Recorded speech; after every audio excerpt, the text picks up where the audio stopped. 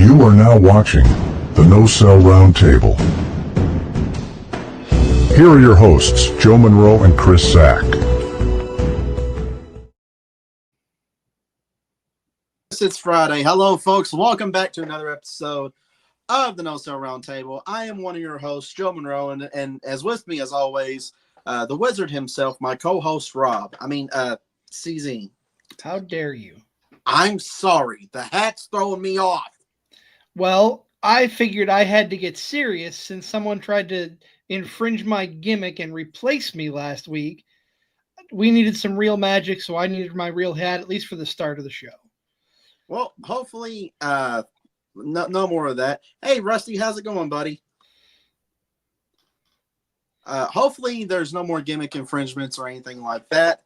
But CZ, we have a special show today. This is going to be our first interview of the No Cell Roundtable. Hopefully, for many to come. We may do these specials every now and again. I know usually we have a band of merry men around us, or knights, or however you want to call them. But today we have a very special friend of mine. He is probably one of the most, not one of the most, he is the most hardest working referee. Sorry, Jaina, he's up there. But he is a great guy, phenomenal person. Before we have been in place, oh good Lord. But before we bring him on, we want to give a big shout out to the Wrestling Society Network. Y'all, if you have not downloaded this app or went to subscribe on the the website, what are you doing? You need to do that. It's 100% free. You'll have a lot of stuff, not only like this, but you also will have access to films, TV shows that we have the rights to. Yes, we got to pay for this stuff, so it's for y'all's entertainment. It's 100% true. It's not bootleg, because somebody tried to claim that earlier, and I'm like, no, we pay rights on it, so take it easy there, pal. But it's a great app. It's built by wrestling fans for professional wrestling fans. If you have not yet, go check it out at thewrestlingsociety.com or the WSN app, which is on Apple TV, Roku, Amazon, Fire Stick. Go check it out. Enough of me blabbing about that. Let's go ahead and let's bring our guest on. Ladies and gentlemen, please welcome for the very first time on not only the Joe Monroe Show, but also on the No Cell Roundtable, referee Jonathan Barnes. Barnes, what's going on, brother? Not much, man. How you doing? It's good. It's been a while. It has. It's let's see. What was the last time we shared the ring together? Oh, Mercy. a year at least. At least, yeah. It's been at least a year. But man, welcome to the show. Thank you for taking the time for coming on. You got to introduce CZ, so me and CZ is going to pop off some questions for you. First and foremost, the normal question: how in the heck did you get started in this crazy sport that we know and love called professional wrestling? Oh man, it's a crazy story. About 10 years ago, it'll be 10 years in May that I started in this business. Ohio Valley Wrestling had a beginner's class, and it was to see if you really wanted to do this. And myself, being 30-something years old, which is not the best time to actually whenever start wrestling, just wanted to sort of mark it off on my bucket list of things to do. I'd always seen it done. I'm like, man, this would be great. At least I can say that I tried it. Even though it's probably going to be too physical for me, at least I can finally say that I did it. About 6 weeks into the training, I I jacked up my knee. I didn't think anything of it, so I continued training. Finally got to see the doctor. Doctor said, nope, that's it. No more training for you. So I was like, okay, well, this is interesting. I was like, here I am almost done with my training and I can't finish it out. Luckily, my trainer was none other than season 3 winner Matt Capitelli. So he was like, we don't have a lot of referees. Why don't you learn how to referee? And I figured to myself, why not? At least I won't get beat up as much. Well, I came to figure out that was a lie. And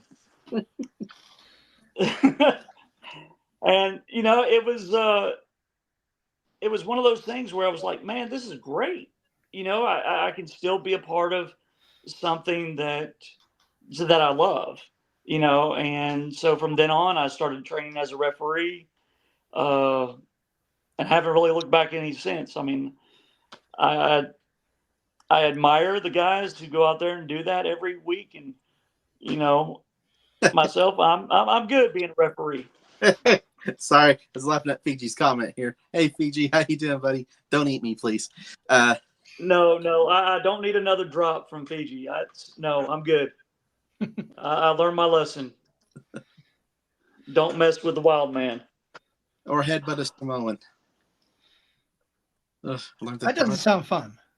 No, it's not. Don't. So go back a little further. One thing that I always follow up on Card Subject to Change when we have guests is always love to know what got you into your fandom of wrestling. What was it that grabbed your attention into this business? Growing up, I was big into the WCW early days. And I really kind of got away from it. Growing up, I was just kind of like, I got into karate, I got into baseball, so it kind of took a back burner. And then whenever I moved up here to Kentucky, one of the things that really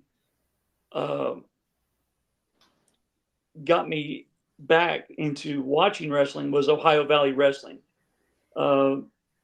Back whenever you had to wait till 11 o'clock at night for the show to finally come on from the weekend for the weekend show, and it was like, okay, I can stay up late tonight and I'll watch this. And, and it got me interested again. And, being Louisville's only like 2 hours away from where I live, that would be great. Although I never did go up to watch it live until a little bit later. OVW, what really got me into thinking maybe I can really do this was OVW had come to the Russell County Fairgrounds, and it was a week after my grandmother passed. And I was like, they gave me that opportunity to just be a fan, to forget about the world for 2.5 hours and be like focused on nothing but what they were telling me in the ring. So that really helped out right there. And the guys and girls who really pushed me into sort of saying, hey, why don't you go out for this? I wouldn't be there. There's too many names to drop to for that right there. Oh man. So let's talk about the first time you start. First few years you started refereeing. What was your thoughts going into it? I mean, you had great training, but your first few years, I know as a wrestler it's nerve wracking, but as a referee, I haven't refereed, per se. I'm not into that realm. But what was your thought process going into it the first few years, refereeing and traveling up and down the roads? Okay, you kind of broke up there just a little bit. I heard about the mindset of going into the referee. Yep. What else was? For the first few years.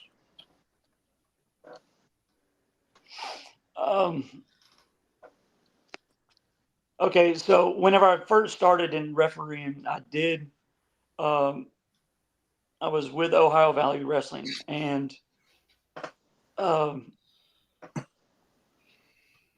it wasn't long after that Matt couldn't go on. So my trainer, my mentor is kind of, he's took a turn for the worse, Uh, and so I left, unfortunately, OVW on bad terms, and that was my mistake. I'll admit it. I was young. I was stupid. I made a rookie error, and I paid for it. And to a degree, I'm still paying for it. Um, I thought there was a thing dealing with respect, but it wasn't respect. It was just it was a business decision. That's the way it was. From there, I was I got announced. I was starting to announce at KZW, and that's where I kind of. So I didn't go into my refereeing. I was announcing. I got to meet the Hurricane JJ McGuire and John Savage. So I got to meet them. Got to talk with them. Worked a lot of shows with them, and then they brought in Scott Diamond and Bobby Doss, the Big Doss Man. And Scott was like, "We need a referee." And I'm like, "Hey, I'll do it." I was trained to do a referee, and I'm just doing the, announcing.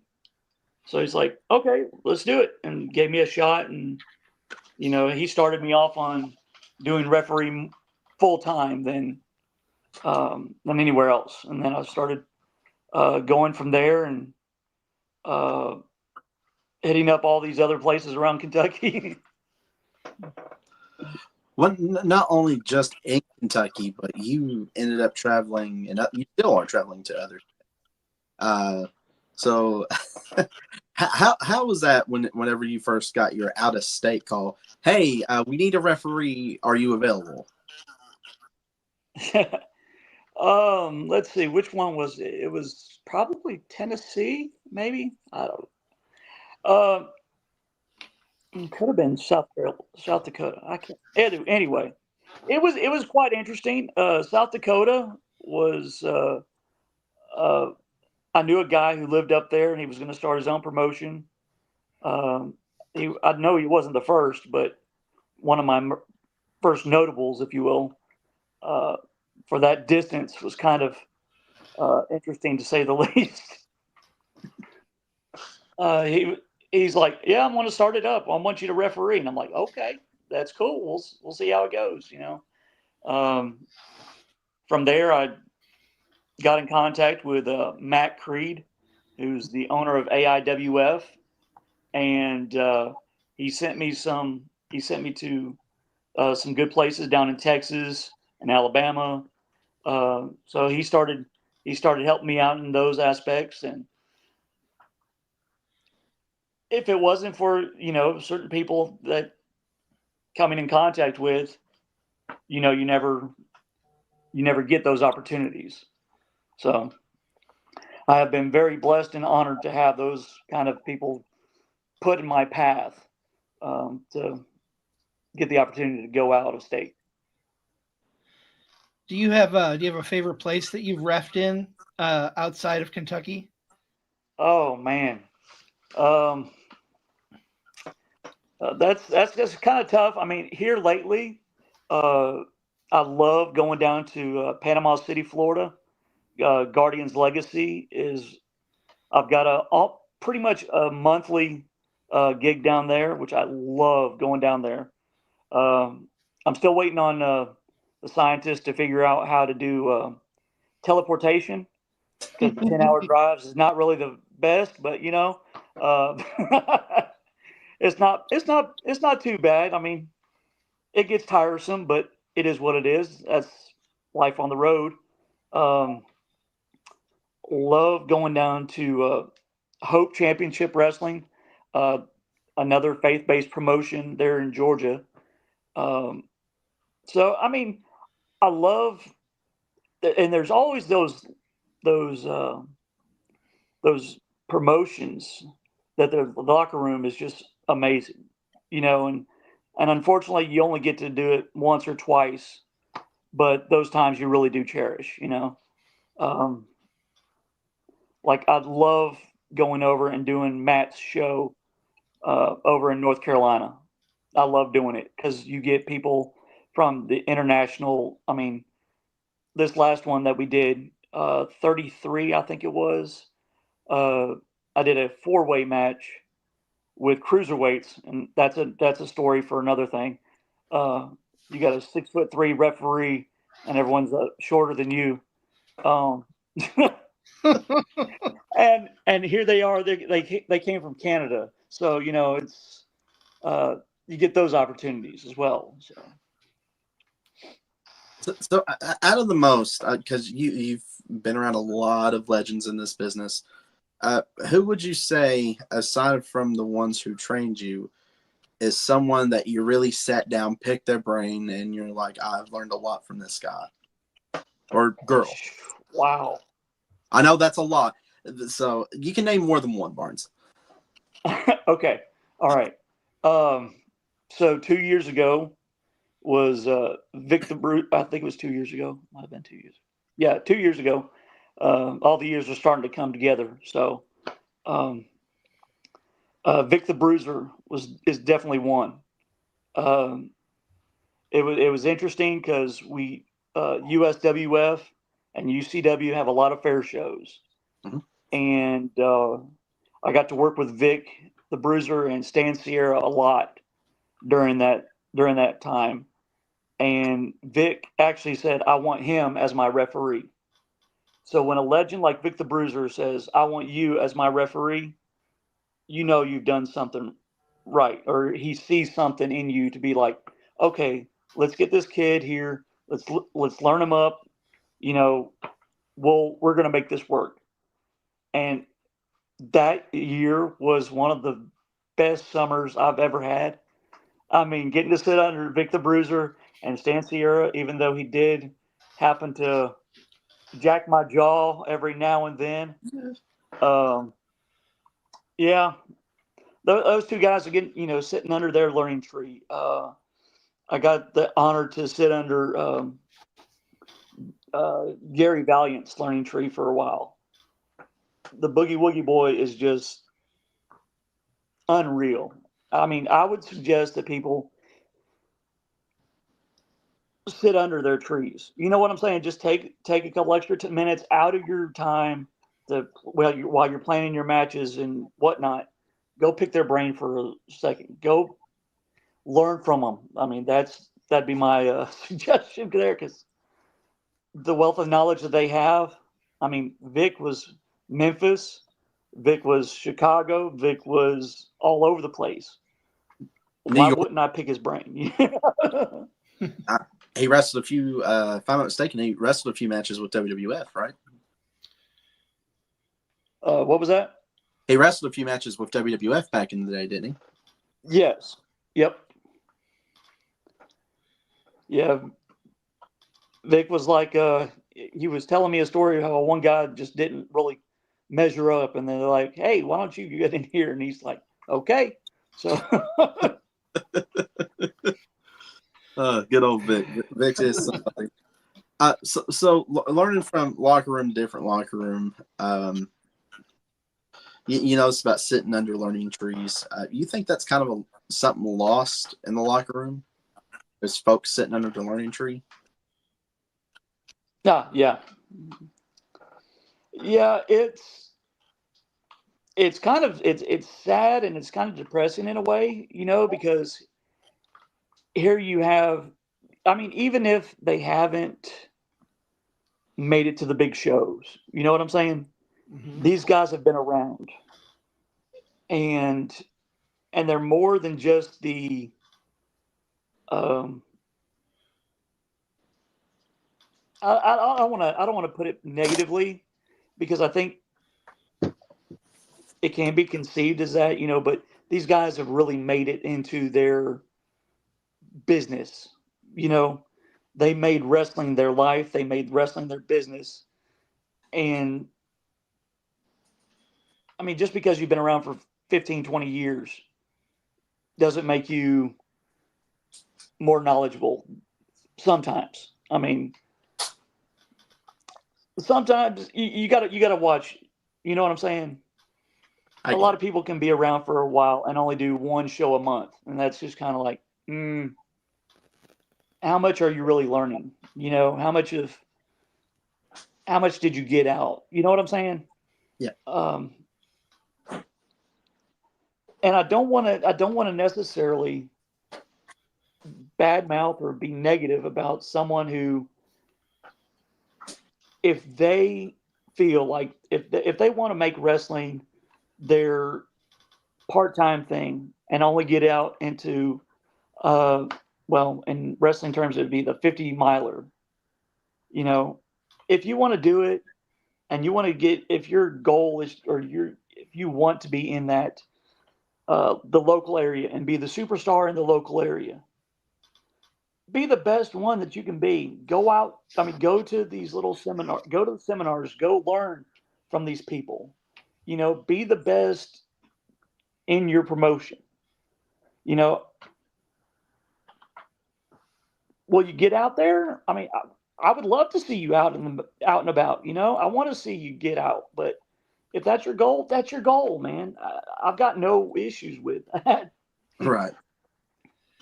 Yeah, you say that, and that just question popped in my head. I was like, you'd be a great person to ask that, because I'm going to give you a little bit of kudos. I see you going to younger talent, be like, hey, you know, if you do this, like tweak this just a little bit, you know, that might work.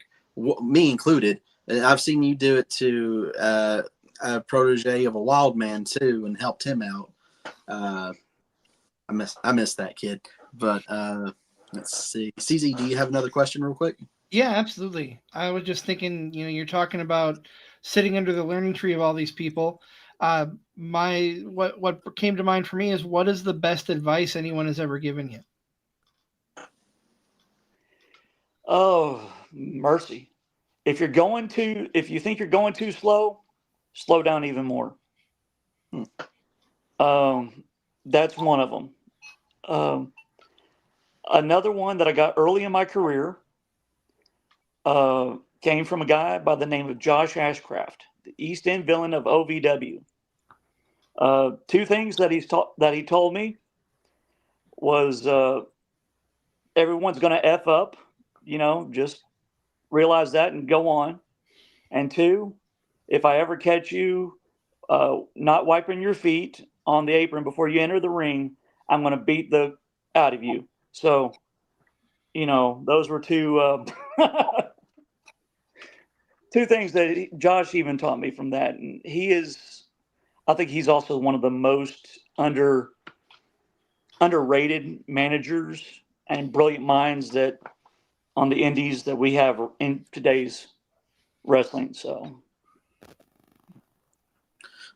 as a referee, you're talking to these young folks. What's one of the biggest advices you give them? Okay. Sorry. Something went on. Sorry. So as a referee, you know, you are talking to, you know, the young generation, or just any at all, you know, whoever you're talking to. What's something that a piece of advice that you do give them as a referee? Okay, yeah, I didn't catch any of that, man. I'm sorry. No, it's okay. Can you hear me? Sorry. What's going on here? Gotta love technical difficulties here. Let's see. We're live, pal. Right. But I mean, you know, you got technical difficulties, you know, getting nothing but robot voices. Here we go. Let's try that. We'll blame Rob. So with as a referee, what's a good piece of advice that you give to a younger talent, like a rookie that's getting into the business? As a referee, pretty much just listen. You'll get into a lot of situations where you'll run into guys that have been in the business for 20 plus years, and you run into guys that's been in the business for less than a year.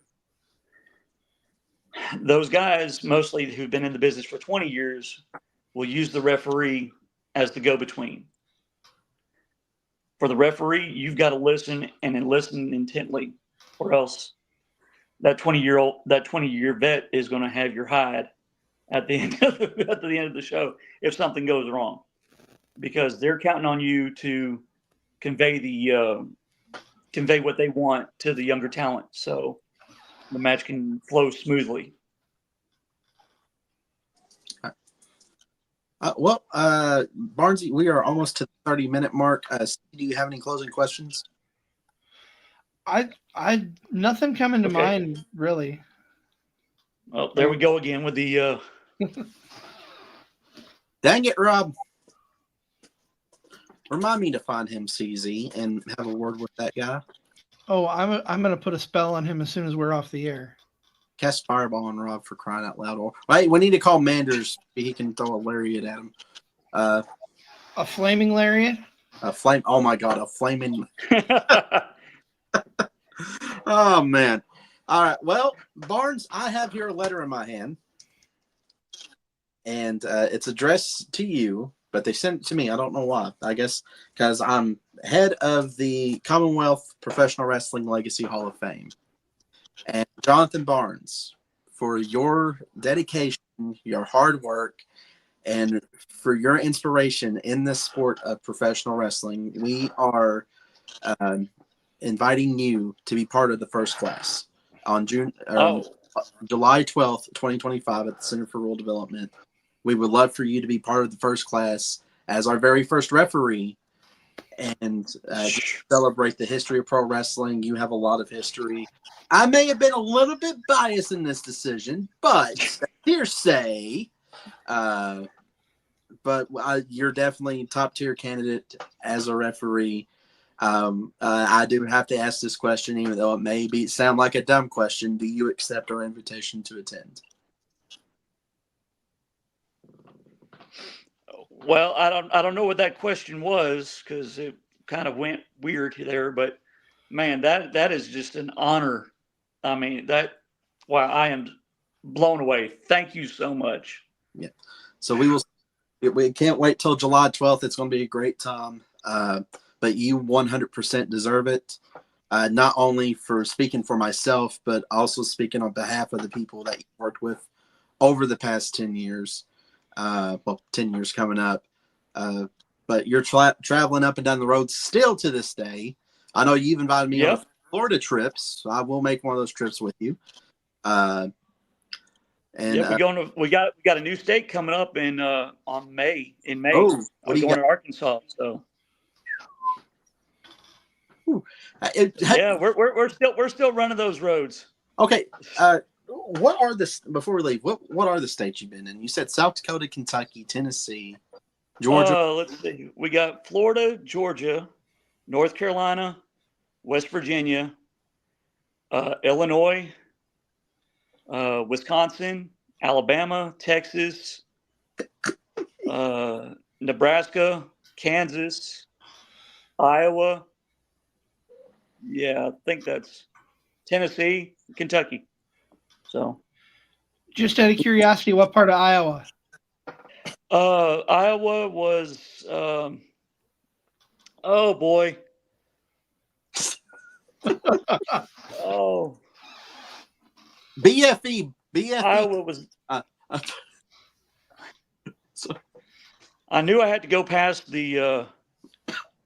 I went Iowa with the NWA. Okay. I'll have to look that up, because that's. It's been about 5 years, I think. That's maybe where I am. I'm in Iowa. Oh, okay. Why I was curious. I'm actually right on the Illinois border. Okay, yeah. It's more west, almost to it's way past, it's the, oh mercy.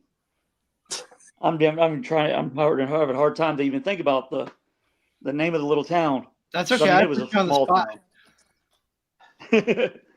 Oh, all those hits from Stan Sierra. This is what the results are. Yeah. It's the hits from Stan. It's the being crushed by Vic. You know, it's don't help either. Yeah. let's see. I might have to get back with you on that. Yeah. Well, Barnes, do you have any closing remarks for the fine people that are watching right now? For the fine people watching, let me just tell you this. Keep going. Keep pushing on. Don't let anyone steal your dreams from you. Keep on keeping on is what Barnes is saying. Keep on keeping on. Yep. And if no one's told you today, love you. Oh, my wife don't even tell me that anymore. But that being said, before she jumps out of the other room and comes and kills me, or unalive, whatever the technical term is, CZ, what do you got going on? We actually have a fun show coming up on Card Subject to Change. We are doing a draft special. The two of the people from the network, for frequency's sake, are going to join us. They're representing Team Raw. Nick and I are representing Team SmackDown. And we're going to pick who we think should be on which show. Okay. Fantasy draft. I also should mention this Wednesday is the third episode of my Wrestling with Fitness show with Zach Takis. So we're hopping in the studio on Sunday because our guest can't do the live on Wednesday, but it'll be aired to the world Wednesday evening. Yay. You've been killing it with that, man. I appreciate you saying that. Yeah, you really have with your fitness and stuff. You'd be proud of this guy. He's done great with his fitness journey. But I want to thank Barnes. Thank you again for coming on to the show. CZ and Rob, thank you for being a wonderful co-host. CZ, sorry. Thank you for being a wonderful co-host. I think you put a spell on me. I'm sorry, but I'll have to lift that at some point. But I am Joe Monroe, as you all should know. I want to thank you all for tuning in. I will be back next Friday. Oh dear God, I don't know why this came across my desk, but next Friday we're actually going to be talking about Hulk Hogan. Please tell me Bear's going to be part of that. Bear is already agreed, and I'm instantly regretting that because we're going to need the censor button as much as we need for old Bear to be talking about the Hulkster. Good Lord. All right. Thank you all for tuning in. We will see you next Friday. Oh, don't forget, Wednesday on the Joe Monroe Show, we'll be talking about this lovely lady, Miss Elizabeth. What? And I'll be also going over some stuff that I've seen at the Capital City Museum with her, with her exhibit put up there. But until next time, I am Joe Monroe. As always, the Wizard Rob. And Barnes, thank you again for coming on, brother. I will see you very soon. Folks, take care. If you love professional wrestling, always support it. But if you're going to be a troll and an idiot, just shut up and enjoy professional wrestling. We are